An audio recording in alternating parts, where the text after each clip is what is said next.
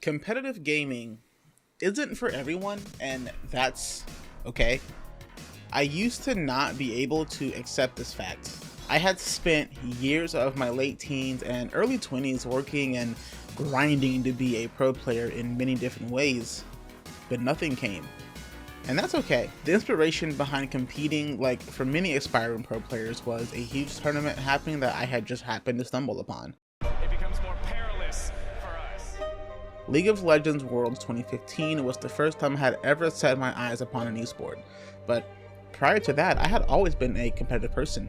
I grew up doing a lot of competitive sports like track and field or basketball, soccer. I even skateboarded a lot. Like a lot. League of Legends Worlds was enamoring. The opening ceremony gave me stars in my eyes. Seeing the pro players come onto stage, their names being chanted, the love for the game they were playing, and they did this for a living. It was my ideal reality. I always knew I wanted to be a professional in something sports related, and gaming was the biggest passion I had in life. It still is, and it was a no-brainer. This is where I wanted to be. I fell very heavy into League at this point. I began watching so many of the TSM Legends episodes with Bjergsen, Dyrus, Wild Turtle, and honestly whoever else they had on the roster. Every time I saw them walk onto the LCS stage, I just imagined myself in their shoes. I wanted to get onto that stage and keyboard in hand, setting up. I wanted to put those headphones on and hear the coach and begin to plan for the upcoming match. And well, all of that is fine and good, but I didn't truly understand how to even get as good as this. One of the biggest mistakes I see many aspiring pro players make is they underestimate just how much they truly have to do in order to reach the level of those they admire. From this point on, I will use two different genres of games that I've competed in and talk about each process within the genres, FPS and fighting games. I want to start with the most recent comp experiences I have, which is fighting games. Fighting games are a lot at a competitive level. I personally think fighting games are the hardest esport to get to the top level in. Something I want you to think about as I go through my experiences is putting yourself into the shoes of a competitive fighting game player or FPS player trying to work their way up. But the first time I decided to compete in a fighting game was Smash Ultimate. You can debate whether or not it's a fighting game all you want. I do not care. You fight. It's a game. I deal with it. I used to work for my community college doing work study, and then I met this guy during a Japanese class whom I quickly became close with. He decided one day to invite me to play Smash 4 in the lounge with others, and that was very intoxicating. I wanted nothing more than to continue to play Smash at that point. I obviously didn't know shit about Smash. I mean, I didn't know how to recover, mostly, nor how to move that well. But this sparked a drive in me to get insanely good at this game. Now, I want to say Smash is not my first ever fighting game. I grew up playing games like Third Strike, Mortal Kombat, and other games like Darkstalkers with my dad. However, I was never competitive in these games. I was just too young.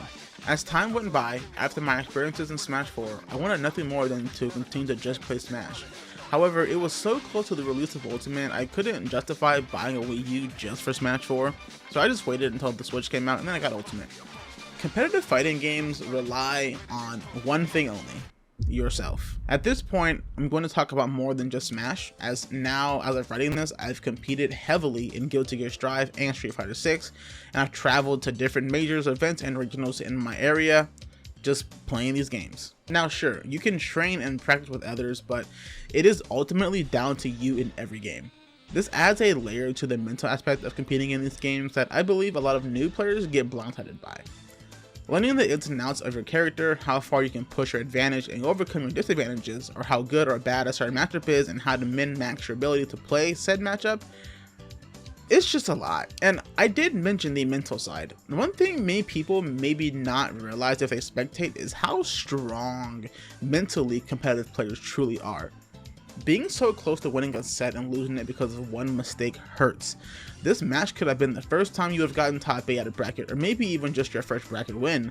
Or maybe this could have just been a very close set with someone who constantly beats you, but you still just can't pull it out. During the moment you enter a slump in your gameplay, where you're playing bad all the time and don't understand what you're doing wrong, it just sucks. You might be stuck in 9th place, maybe even never getting out of pool at a bigger event. It's these moments that build your mental toughness. Practicing over and over, drilling it down to what you think was perfection and not applying it when it matters takes a bit of a mental swing at you.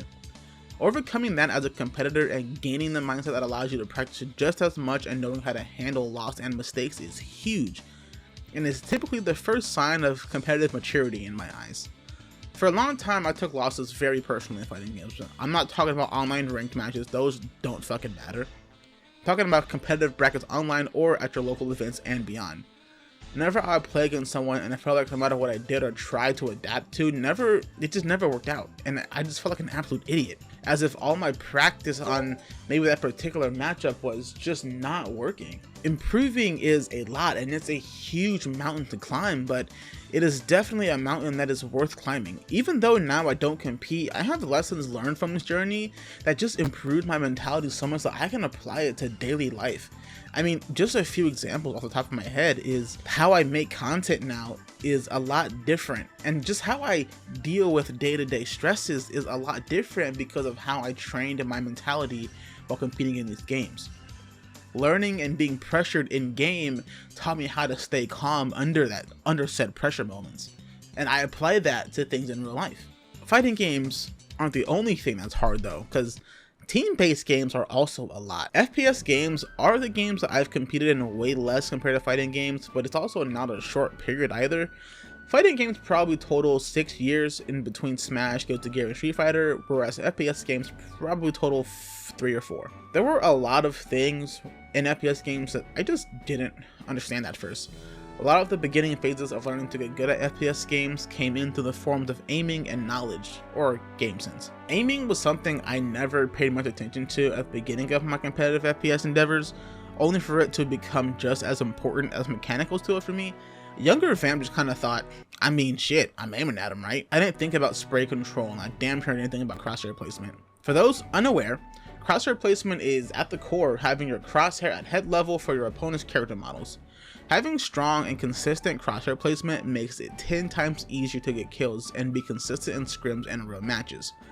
Crosshair placement also means adjusting for different terrain, whether they be on higher elevation or lower. Adjusting your crosshair to head height for all those things is something that takes time and game sense. And I think Overwatch is honestly one of the hardest games to have crosshair placement in.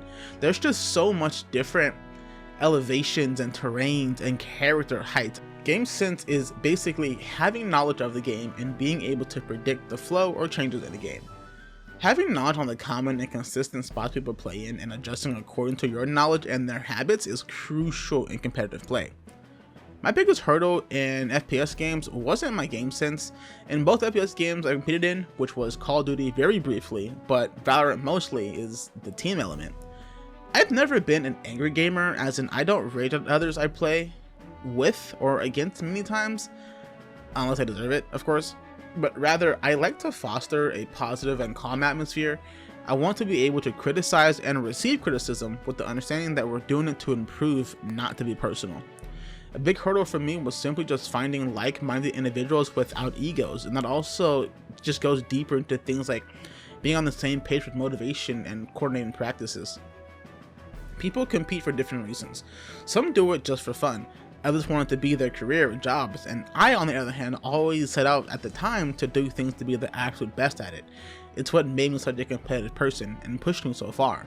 However, depending on how you're able to process certain situations and difficulties that do come up, those goals might have to be dialed down until you're able to adequately level your mentality to a good state. Being in a team environment is simply just an interesting time. I mean, there are all kinds of players out there and coaches. Some teams are really well put together while others are very clearly mismatched and all over the place. I've met some great people in teams when I was competitive in FPS games, and I wonder how they're doing now and if they're still going at it.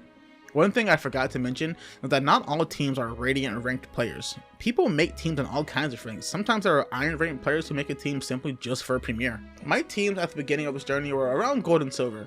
If I were to do it now, it'd probably be Ascendant, and this is using Valorant ranks, of course. Well, Vamp, if you were Silver and Gold at the time, why did you even attempt to be competitive? You weren't Radiant. Correct! However, I believe in intention. Me at the beginning of this being Silver or Gold doesn't matter. People now whose first ranks in Valorant were Silver, one of them is now known as one of the best professional duel players in the world, Zekin. Zekin is an example of someone who didn't let other people's procession stop him from achieving what he wanted. One problem I have with people in competitive play is many think that if you aren't already at the top rank, why even entertain the idea? My answer is, why not? Just make sure you know what you're getting into. Your rank right now doesn't mean your rank in a few years won't be rank 1, and that's all depending on how much you're willing to work for the dream you have in mind. Although one thing to keep in mind is top 100 versus pro play is still an insanely drastic difference, but I truly believe that if you want it bad enough, you can do anything. I stopped competitive FPS play mostly because I was sick of searching for teams when I simply didn't want to put in the hours. It gave me a lot of mental strain. I just had no idea how to practice or manage my time during practice. I guess at the time I just thought spam ranked. I don't know. But eventually I did learn about knowledge and watching VODs, crosshair placement, just very small technical things, and you know, learning how to work maps up through T side and TT side, and there's so much to it that now I understand, and when I do eventually ever play ranked games, I'm able to pretty much dominate most of the time. If competitive gaming is something that stresses you out, like it did for me, it sucks the fun from things, then maybe it's just not for you, and that's okay. But on the opposite end, if you're determined to make this work and you're really passionate about it, then I say me, some random internet vampire, will continue to believe in you. This video is mostly in a way to talk about my experience in competitive play. I don't consider this a failure at all. Without doing all of this and experiencing it, I wouldn't have learned so much about myself. I simply did not have what it took in the esports world, and that's more than enough for me. Funny enough, everyone I've teamed with, or most people I was friends with in the fighting game space and FPS space, all said I would be an amazing content creator. And here we are. Hope you guys did enjoy this. This is one that I've been working on for a few days. Actually, yeah, I'd say overall, been on a week of time. There was a lot more I wanted to add, but I'm not prepared to do 30-minute videos just yet. So for now, this is what I have. And this one hits very close for me because I spent so much of my life being competitive. And I'm at a point now where I can't even bat an eye at being competitive anymore. So that's fun.